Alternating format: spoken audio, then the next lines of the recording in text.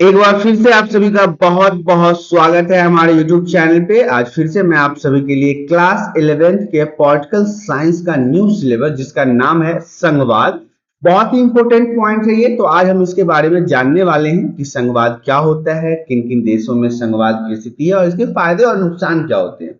तो आइए शुरुआत करते हैं क्लास 11 पॉलिटिकल साइंस के न्यू सिलेबस का टॉपिक संघवाद। देखिए, संघीय शासन व्यवस्था में क्या होता है, जब भी आपको संघीय शासन व्यवस्था पूछा जाएगा तो इसमें सर्वोच्च सत्ता जो है, शक्ति जो है, और शक्ति का केंद्रीय जो होता है वो सत्ताधारी और इसके विभिन्न मंत्री परिषद के बीच बंट जाता है। समझिएगा, संघीय शासन व्यवस्था में जो सर्वोच्च सत्ता है और शक्ति का केंद्रीय सत्ताधारी जो है उनके बीच जो मंत्री वगैरह होते हैं उनके परिषद के बीच ये शक्ति बंट जाती है। आमतौर पर क्या होता है, संघीय व्यवस्था में दो स्तर पर सरकारें होती हैं, दो स्तर की सरकारें होती है, एक केंद्र सरकार और एक राज्य सरकार। इसमें एक सरकार पूरे देश के लिए होता है, जो पहला सरकार होता है वो पूरे देश के लिए उत्तरदायी होता है, जिसमें जिसके जिम्मे में क्या होता है, राष्ट्रीय महत्व के सभी कार्य होते हैं। एक देश से जुड़ा जितना भी कार्य होता है वो सारे कार्य इसके अंदर होता है। किसके अंदर? जो पहला वाला होता है, जिसके अंदर पूरे देश का जिम्मा होता है, जो राष्ट्रीय महत्व के लिए सभी कार्यों को करता है। इसके अलावा दूसरा होता है राज्य या प्रांतों के स्तर की सरकारें, जो राज्य की सरकारें होती है। ये क्या करते हैं, ये शासन के दैनिक काम काज को देखते हैं, शासन में होने वाले प्रतिदिन के कार्यों को देखते हैं। और सत्ता के इन दोनों स्तर की सरकारों को अपनी स्तर पर स्वतंत्र होकर अपना काम करने का अधिकार होता है। ये राष्ट्रीय महत्व को समझने वाले हों या राज्य के महत्व को समझने वाले हों, ये दोनों सरकारें जो होती है वो फ्री होकर अपने कार्यों को करती है। इस अर्थ में संघीय शासन व्यवस्था एकात्मक शासन व्यवस्था से ठीक उलट है, मतलब कि अपोजिट है, उल्टा है। एकात्मक व्यवस्था में क्या होता है, शासन एक ही स्तर का होता है, इसमें राजकीय और राष्ट्रीय नहीं होते हैं, एक ही स्तर की सरकार होती है और बाकी इकाइयां उनके अधीन होकर काम करती है। मतलब एक मेन आदमी होता है और इसके अंदर दूसरे लोग अंदर में काम करते हैं, एकात्मक। लेकिन वहीं संघीय की बात कर ले तो यहाँ पे आपको अलग अलग प्रांतीय और राष्ट्रीय दोनों मिल जाएगा। इसके अलावा जो केंद्रीय सरकार होता है वो प्रांतीय या स्थानीय सरकार को आदेश दे सकती है, ऑर्डर दे सकती है। संघीय व्यवस्था में क्या होता है, केंद्रीय सरकार राज्य सरकार को कुछ खास करने का आदेश नहीं दे सकती है। इसमें केंद्र सरकार जो है वो राज्य सरकार को आदेश नहीं दे सकती है कुछ भी करने के लिए।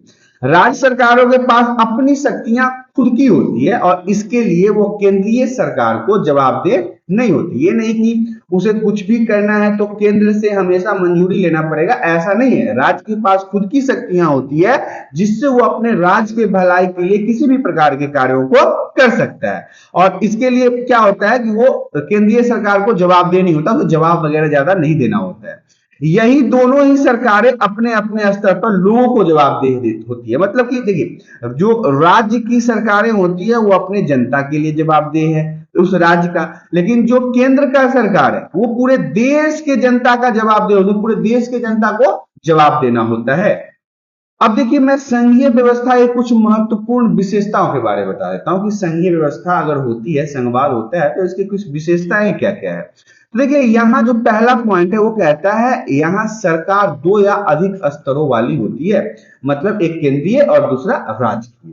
अलग अलग स्तर की सरकार एक ही नागरिक समूह पर शासन करती है, पर कानून बनाने, कर वसूलने और प्रशासन को उनका अपना अधिकार क्षेत्र होता है। देखिए, अलग अलग सरकार तो होती है लेकिन शासन वो एक ही पब्लिक पे करते हैं। इनसे कानून बनाना इन्हीं के लिए, कर वसूलना इन्हीं के लिए, इन्हीं पे कार्यपालिका के नियमों को लगाना, तो ये इनका अपना अपना अधिकार क्षेत्र होता है। अगले पॉइंट में बताया गया है कि विभिन्न स्तरों की सरकारों के अधिकार क्षेत्र संविधान में स्पष्ट रूप से वर्णित होते हैं। हमारा जो संविधान है उसमें इनके अधिकारों के बारे में बिल्कुल साफ साफ और विस्तार से बताया गया है। इसलिए संविधान सरकार के हर स्तर के अस्तित्व और अधिकार की गारंटी और सुरक्षा देता है। हमारा जो संविधान है वो जनता के अधिकार की रक्षा करता है, उनके अस्तित्व की रक्षा करता है, उनके धर्म की रक्षा करता है, उन्हें सुरक्षा प्रदान करता है। कौन करता है? हमारा संविधान करता है।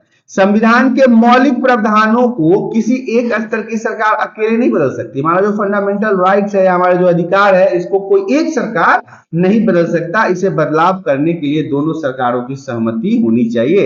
मतलब राज्य स्तर की सरकारों की सहमति के साथ साथ केंद्र स्तर की सरकार की सहमति होनी चाहिए। अगर दोनों सहमत हैं तभी किसी भी अधिकार को संविधान के अंदर बदला जा सकता है।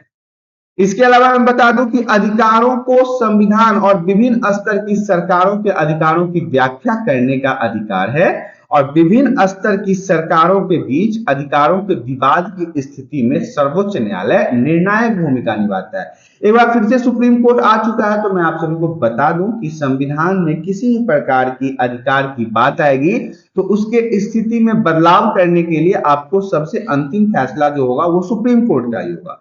वित्तीय स्वायत्तता मतलब पैसे का लेन देन में भी बहुत ही किफायत है यहाँ पे निश्चित करने के लिए विभिन्न स्तर की सरकारों के लिए राजस्व का अलग अलग स्रोत निर्धारित है।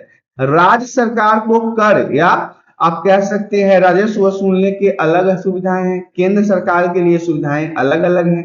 तो यहाँ पे आपको ये सारे पॉइंट समझ में आ गए होंगे।